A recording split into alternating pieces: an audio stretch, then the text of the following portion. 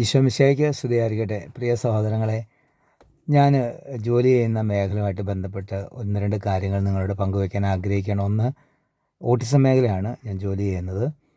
ഇപ്പം നമ്മുടെ ഈ കൂട്ടായ്മകളിൽ മലയാളി കമ്മ്യൂണിറ്റികളൊക്കെ ഇപ്പോൾ ക്രമാതീതമായിട്ട് ഓട്ടിസമുള്ള കുഞ്ഞുങ്ങളുണ്ട്, മാതാപിതാക്കളുണ്ട്. ഇപ്പം ഒന്ന് രണ്ട് ചിന്തകൾ ഞാൻ പങ്കുവയ്ക്കുകയാണ്. ഒന്നാമത്തെ കാര്യം എനിക്ക് ആ മാതാപിതാക്കളോടാണ് പറയാനുള്ളത്. ഇത് ദൈവം വിശേഷവിധിയായി തന്ന ഒരു കാര്യമായിട്ട് സ്വീകരിക്കാനുള്ള കൃപയ്ക്ക് വേണ്ടി പ്രാർത്ഥിക്കുകയാണ്. മത്തായിയുടെ സുവിശേഷം 5-ാം അധ്യായം 47-ാമത്തെ വചനം. വിശേഷവിധിയായി നിങ്ങൾ എന്താണ് ചെയ്യുന്നത്? അപ്പോൾ ഇത് പറയാൻ എളുപ്പമാണ്. നമ്മുടെ ചില ജീവിതത്തിൻ്റെ ചില കാര്യങ്ങളൊക്കെ അക്സെപ്റ്റ് ചെയ്യാനായിട്ടുള്ള ബുദ്ധിമുട്ടുണ്ട്. അതിലൊരു കാര്യമാണ് ഈ ഓട്ടിസമുള്ള കുഞ്ഞുങ്ങളുടെ മാതാപിതാക്കൾ കടന്നു പോയിക്കൊണ്ടിരിക്കുന്നത്.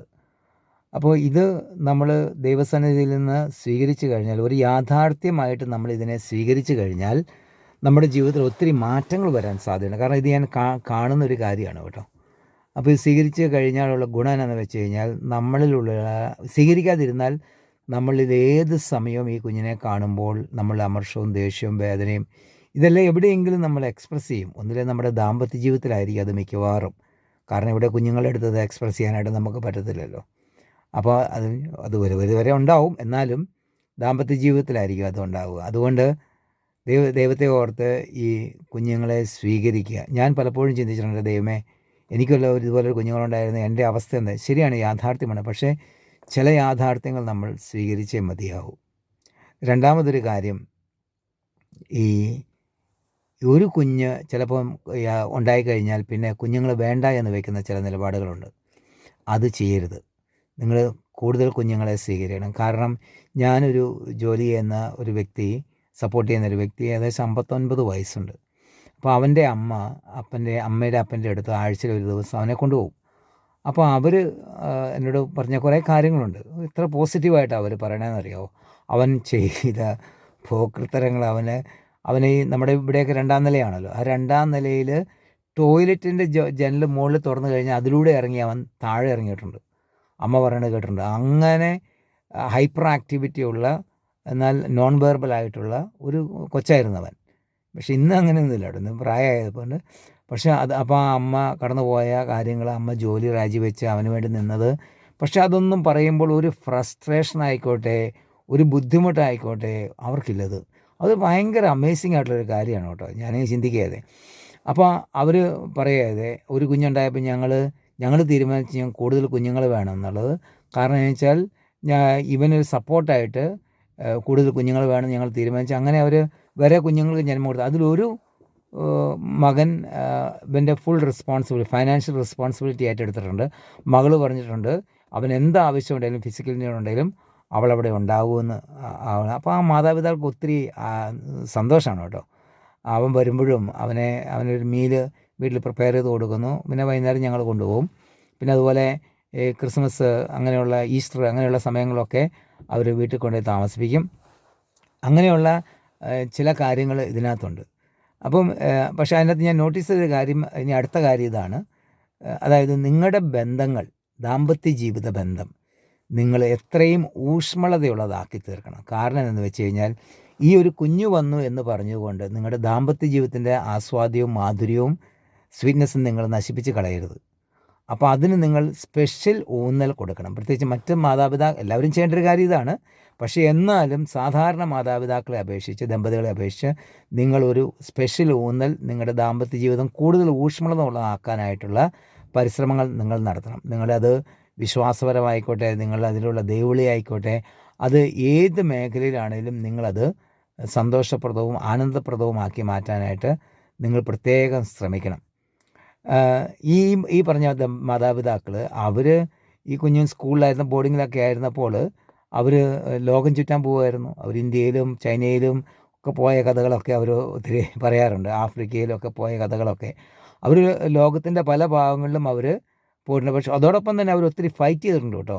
MP-മാരെ കാണുകയും അവരുടെ ആവശ്യങ്ങൾക്ക് വേണ്ടി കാണുകയും ഒക്കെ ചെയ്തിട്ടുണ്ട്.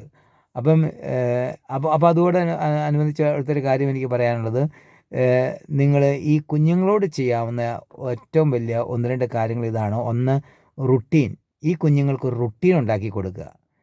എല്ലാ ദിവസവും ഏകദേശം നിശ്ചിത സമയത്ത് എഴുന്നേൽക്കുക. അവൻ്റെ മോർണിംഗ് റുട്ടീന് ബ്രഷിങ്, ക്ലീനിങ്, ടോയ്ലറ്റ് പോയിട്ട് തന്നെ ക്ലീൻ ചെയ്യാൻ പരിശീലിപ്പിക്കുക. അതുപോലെ തന്നെ കുളിക്കാൻ പരിശീലിപ്പിക്കുക. അതുപോലെ അവൻ്റെ മുറി തന്നെ അവനെ കൊണ്ട് അടുക്കിയും ചിട്ടയായിട്ട് വെപ്പിക്കുക. ഇതൊക്കെ വളരെ ഇമ്പോർട്ടൻ്റാണ് കേട്ടോ. അതുപോലെ തന്നെ അവൻ്റെ ഒരു മീൽ പ്ലാൻ എന്ന് പറയുമ്പോൾ അവനൊരു ഹെൽത്തി മീൽ പ്ലാൻ വേണം നമുക്ക് ഉണ്ടാക്കി കൊടുക്കാനായിട്ട്. കാരണം എന്താണെന്ന് വെച്ചാൽ നമ്മൾ ഈ ചോക്ലേറ്റ്, അതുപോലെ സ്വീറ്റ്സ്, ജങ്ക് ഫുഡൊക്കെ കൊടുത്തു കഴിഞ്ഞാൽ കുഴപ്പം എന്താണെന്ന് വെച്ച് കഴിഞ്ഞാൽ ഇവൻ വലുതാകുന്നതനുസരിച്ച് ഇവന് കോൺസ്റ്റിപ്പേഷൻ, ഇവർക്കുണ്ടാകുന്ന ഏറ്റവും വലിയ പ്രതിസന്ധി എന്ന് പറയുന്നത് കോൺസ്റ്റിപ്പേഷനാണ്. കോൺസ്റ്റിപ്പേഷൻ ഉണ്ടായിക്കഴിഞ്ഞാൽ ഇവർ വെറുതെ മരുന്ന് കൊടുത്ത് അതങ്ങനെ അങ്ങ് പോവുള്ളൂ. പക്ഷേ ഒത്തിരിയേറെ ഞാൻ വേറൊരു എൻ്റെ ഒരു ഇൻഡിവിജ്വലിനെ കണ്ടാണ്, അത് കോൺസ്റ്റിപ്പേഷനൊക്കെ വന്ന് അവന് ഇച്ചിരി ഇതും കൂടെ ഉണ്ട്, എന്താണ് നമ്മുടെ ഈ ഫിറ്റ്സ് അതുകൊണ്ട് ഉള്ളത് കൊണ്ട് ആ കോൺസ്റ്റിപ്പേഷനൊക്കെ വന്നു കഴിയുമ്പോഴത്തേനും എന്തോരം സ്ട്രഗിളിലൂടെ കടന്നു പോകണമെന്ന് അറിയാം അവിടെ ശരിക്കും. അപ്പം നമ്മൾ അതേസമയം healthy food, vegetables, healthy meal, meat, റുട്ടി, അത് ശരിക്കും അതിൻ്റെ രീതി കൊടുത്ത് പരിശീലിപ്പിച്ച് കഴിഞ്ഞാൽ, ഇതിനൊന്നും അഡിക്റ്റ് ആകാതെ കുഞ്ഞുങ്ങളെ സൂക്ഷിച്ചു കഴിഞ്ഞാൽ അവർക്ക് ലോങ് ടൈമിൽ നമ്മളില്ലാത്ത സമയത്തും ഒരു ഹെൽത്തി ലിവിങ് അവർക്ക് സാധ്യമാകും. അപ്പോൾ അതൊരു ഹെൽത്തി റുട്ടീൻ ലൈഫ് സ്റ്റൈല് അവരെ പരിശീലിപ്പിക്കുന്നത് ഒത്തിരി നല്ലതാണ്. പിന്നെ വേറൊരു കാര്യം, അവർക്ക് ഹെൽത്തി ആയിട്ടുള്ള എക്സസൈസുകൾ, വാക്കിങ്, അവരെ കൊണ്ട് പറ്റാൻ ചെയ്യുന്ന മിനിമം വാക്കിംഗ് എങ്കിലും വാക്ക് ചെയ്യാൻ പറ്റുന്നവർക്കാണെങ്കിൽ അതൊക്കെ നമ്മൾ ഡെയിലി നമ്മളതിനെ പരിശീലിപ്പിക്കുകയാണെങ്കിൽ ഇവർക്കത് ഭാവിയിൽ ഗുണമുണ്ടാവും. പിന്നെ മറ്റൊരു കാര്യമാണ്, ഇപ്പോൾ ഈ കാലഘട്ടത്തിൽ അതിപ്രസരമാണല്ലോ മീഡിയയ്ക്ക് അഡിക്ഷൻ ആക്കി കൊടുക്കാതിരിക്കുന്നതാണ് ഏറ്റവും നല്ലത്. നമുക്കറിയത്തില്ല ഇവിടെ സ്കൂളുകളിലൊക്കെ, ഓട്ടിസം സ്കൂളുകളിലൊക്കെ എന്താണ് അവർ ചെയ്യുന്നത്. പക്ഷേ കൂടുതൽ ഇമ്മോറലായിട്ടുള്ള വീഡിയോകൾ, കാര്യങ്ങളൊക്കെ വന്നു കഴിഞ്ഞാൽ ഇവരുടെ ഭാവി ജീവിതത്തേക്ക് അത് പ്രതികൂലമായിട്ട് ബാധിക്കാനായിട്ടുള്ള സാധ്യതയുണ്ട്. അപ്പോൾ അത് നമ്മൾ ഹെൽത്തി ആയിട്ടുള്ള മീഡിയ റെസ്ട്രിക്ഷൻസൊക്കെ കൊടുത്ത് അത് വളർത്തിക്കൊണ്ട്, കാരണം നാളത്തെ ഇവരുടെ അവകാശം എന്നുള്ളത് നമ്മൾ ഇന്ന് പ്രാക്ടീസ് ചെയ്യുന്ന അവരുടെ ഹെൽത്തി ലിവിങ്ങിന് വേണ്ടി നമ്മൾ അവർക്ക് ട്രെയിനിങ് ചെയ്ത് കൊടുക്കുന്നുവോ അതാണ് അവരുടെ നാളത്തെ അവകാശം. അവർക്ക് വേണ്ടി സർക്കാർ ഇതിപ്പം ഇന്നല്ലെങ്കിൽ നാളെ അവർ നമ്മളെ വിട്ട് ഈ ഇൻഡിവിജ്വലായിട്ടുള്ള ലിവിങ് സ്റ്റൈലിലേക്ക് അവർ പോകും. അപ്പം പോകേണ്ട ഒരവസ്ഥ വന്നു കഴിഞ്ഞാൽ അതല്ലേ അതുപോലെ നമ്മൾ തന്നെ നോക്കുക. അപ്പം അവർ പോയാൽ തന്നെയും നമുക്ക് വീക്കെൻഡിൽ അവരെ 2-3 ദിവസം കൊണ്ട്, എനിക്കറിയാം, ഞാൻ ഓർക്കുന്നുണ്ട് ഒരു ഫാമിലിയിൽ ഒരമ്മയുടെ അടുത്തൊരു മോനെ വെള്ളിയാഴ്ച കൊണ്ടുപോയാൽ തിങ്കളാഴ്ച കൊണ്ടുവരും. തിങ്കളാഴ്ച വരുന്നില്ല എന്ന് പറഞ്ഞാൽ ചൊവ്വാഴ്ച പോയി കൊണ്ടുവരും. അപ്പോൾ അങ്ങനെയാണ്. പിന്നെ ഇടയ്ക്ക് അവർ വന്ന് വിസിറ്റ് ചെയ്യുന്നു, അവർ പുറത്ത് കൊണ്ടുപോകുന്നു. അങ്ങനെ പല പല ഓപ്ഷൻസും ഇത് മുന്നോട്ടുണ്ട്. അപ്പോൾ ഇത് ഇങ്ങനെയൊക്കെയുള്ള ഓപ്ഷൻസ് അതൊക്കെ എല്ലാം നിങ്ങൾ ഈ സോഷ്യൽ സർവീസുമായിട്ട് ബന്ധപ്പെട്ട് നിങ്ങൾ അന്വേഷിച്ചാൽ കിട്ടും. പിന്നെ മറ്റൊരു കാര്യം, സോഷ്യൽ സർവീസുമായിട്ട് ബന്ധപ്പെട്ട ഒരു കാര്യം പറയുകയാണ്, ഇവൻ്റെ ജീവിതത്തിൽ അല്ലെങ്കിൽ ഇവളുടെ ജീവിതത്തിൽ ഉണ്ടാകുന്ന എല്ലാ കാര്യങ്ങളും, അതായത് ഓട്ടിസവുമായിട്ട് അല്ലെങ്കിൽ ലേണിംഗ് ഡിസബിലിറ്റി ആയിട്ട് ബന്ധപ്പെട്ടുണ്ടാകുന്ന എല്ലാ അജിറ്റേഷൻസ്, എല്ലാ കാര്യങ്ങളും നിങ്ങൾ അപ്പോൾ അവിടെ റിപ്പോർട്ട് ചെയ്യണം. അങ്ങനെ ഒരു ഫെസിലിറ്റി ഉണ്ടെങ്കിൽ. കാരണം എന്ന് വെച്ചാൽ ഇവരുടെ മുന്നോട്ടുള്ള പ്ലേസ്മെൻ്റ് എല്ലാം ഡിപ്പെൻഡ് ചെയ്യുന്നത് അതിനെ ആശ്രയിച്ചാണ്. The more we document things, the more possibility for them to have an accommodation. അപ്പോൾ അങ്ങനെ ഒരു സംഭവം അതിനകത്തുണ്ട്. പിന്നെ ഞാൻ പറഞ്ഞല്ലോ, അവരുടെ ചോയ്സ് എന്നുള്ളത് നമ്മൾ ട്രെയിൻ ചെയ്യുന്നതാണ്. പിന്നെ അതുപോലെ തന്നെ വിശ്വാസം, ഞാനിപ്പോൾ ഒരു കാത്തലിക് അല്ലെങ്കിൽ ഒരു ക്രൈസ്തവ അതല്ലെങ്കിൽ ഒരു ഹിന്ദു ഏതെങ്കിലും വിശ്വാസത്തിൽ നിന്ന് പറയുമ്പോൾ ആ വിശ്വാസ കൂട്ടായ്മകളിലേക്ക് നമ്മൾ കൊണ്ടുപോയി അതിനെ ഇപ്പോൾ ഞായറാഴ്ചകളിൽ കുർബാനയ്ക്ക് അല്ലെങ്കിൽ ഞായറാഴ്ച വർഷിപ്പുകളൊക്കെ കൊണ്ടുപോയി പരിശീലിപ്പിച്ചൊരു കുഞ്ഞാണെങ്കിൽ ആ ഞായറാഴ്ചകളിൽ അവൻ സ്വന്തമായിട്ട് താമസിക്കുമ്പോൾ അവൻ അവിടെ വരും. അതൊരു കമ്മ്യൂണിറ്റി ലൈഫാണ്. വിശ്വാസം എന്നുള്ള നമ്മളെ സംബന്ധിച്ച് പ്രധാനമാണെങ്കിലും അതുപോലെ തന്നെ ഒരു സോഷ്യൽ ലൈഫിൻ്റെ ഒരു ആസ്പെക്റ്റാണ് ഈ ആരാധന കൂട്ടായ്മകൾ, കുർബാനകളിലേക്കൊക്കെ അവനെ കൊണ്ടുവരിക എന്നുള്ളത്. പിന്നെ മറ്റൊരു കാര്യം ഇനി എനിക്ക് പറയാനുള്ളത് മലയാളി കമ്മ്യൂണിറ്റികളോടാണ്. നമ്മുടെ അയൽവക്കത്ത് ഇതുപോലൊരു കുഞ്ഞുണ്ടെന്ന് കണ്ടു കഴിഞ്ഞാൽ, ഒരു കുടുംബം ഉണ്ടെന്ന് കണ്ടു കഴിഞ്ഞാൽ നമ്മൾ അവരെ ഒന്ന് പരിഗണിക്കണം. കാരണം ഇങ്ങനെയുള്ള കുഞ്ഞു കുടുംബങ്ങളെ അവരെപ്പോഴും ഐസൊലേറ്റഡ് ആയിരിക്കാനാണ് അവർ സാധ്യത. വളരെ വിരളമാണ് അവർ പുറത്ത് കമ്മ്യൂണിറ്റിയിലേക്ക് കുഞ്ഞുങ്ങളെ കൊണ്ട് വരുന്നതും അതുപോലെ തന്നെ നമുക്കൊരു ആക്സസ് തരുന്നതും. കാരണം എന്താണെന്ന് വെച്ച് കഴിഞ്ഞാൽ ഇറ്റ് ഈസ് മുൻവിധിയാണ്. കാരണം മുൻവിധി എന്ന് പറയാൻ പറ്റത്തില്ല. കാരണം ഇത് അങ്ങനെയാണ് നമ്മുടെ മനോഭാവം അതാണ്. എനിക്കറിയാം. കാരണം എൻ്റെ ഒരു കൂട്ടുകാരന് 2 കുഞ്ഞുങ്ങളുണ്ട്. അപ്പം ആ കുഞ്ഞുങ്ങൾ ഞങ്ങളവൻ്റെ വീട്ടിൽ പോവും. ഞാൻ അവൻ്റെ വീട്ടിൽ പോകുന്നുണ്ട്. ഞങ്ങൾക്കൊരു കൂട്ടായ്മയുണ്ട്. എല്ലാ ആഴ്ചയും ഒത്തിരി ഞാൻ നിർബന്ധിച്ചായിരുന്നു അവനെ കൊണ്ടുവരാനായിട്ട്. ആദ്യമൊക്കെ അവന് അസ്വസ്ഥത തോന്നി. കാരണം വെച്ചാൽ അവർക്കറിയാൻ വരുമ്പോൾ ഉള്ള ബുദ്ധിമുട്ടുകൾ. പക്ഷേ ഞങ്ങളുടെ കൂട്ടായ്മയിലൊരു സഹോദരൻ പറഞ്ഞു, അവൻ വന്നിട്ട് എന്ത് നശിപ്പിച്ചാലും ഞങ്ങൾക്കൊരു വിഷയമല്ല, അത് ഡോണ്ട് വറി എന്ന് പറഞ്ഞ് അവസാനം അതുപോലെ അവരെ നിർബന്ധിച്ച് അവർ വന്നു. ഞാൻ ചിന്തിക്കുകയത് ആ വന്നപ്പോൾ ചില കാര്യങ്ങൾ അവൻ എടുക്കുന്നു, അങ്ങോട്ട് മറിക്കുന്നു, വയ്ക്കുന്നു, ഒന്നും നശിപ്പിക്കുന്നില്ല കേട്ടോ. പക്ഷേ അവനെ ക്യൂരിയോസിറ്റി അനുസരിച്ച്. പക്ഷേ അത് റുട്ടീനായി കഴിഞ്ഞപ്പോൾ ഇപ്പോൾ അവൻ വന്നു കഴിഞ്ഞാൽ സാധാരണ ഒരു കുഞ്ഞിനെ പോലെ തന്നെയാണ്. അതുകൊണ്ട് എനിക്കൊരു കാര്യം പറയാനുള്ളത്, ചെറുപ്പം മുതലേ നമ്മൾ കമ്മ്യൂണിറ്റി ലൈഫ് ആ കുഞ്ഞിനെ പരിശീലിപ്പിച്ച് കഴിഞ്ഞാൽ ഒരു പരിധി വരെ ഇവരെ നമുക്ക് ഇവർക്കൊരു ജീവിതം, അതായത് ഒരു കുറച്ചുകൂടെ കാമായിട്ടുള്ളൊരു ജീവിതം ഇവർക്ക് ആസ്വദിക്കാനായിട്ട് സാധിക്കും.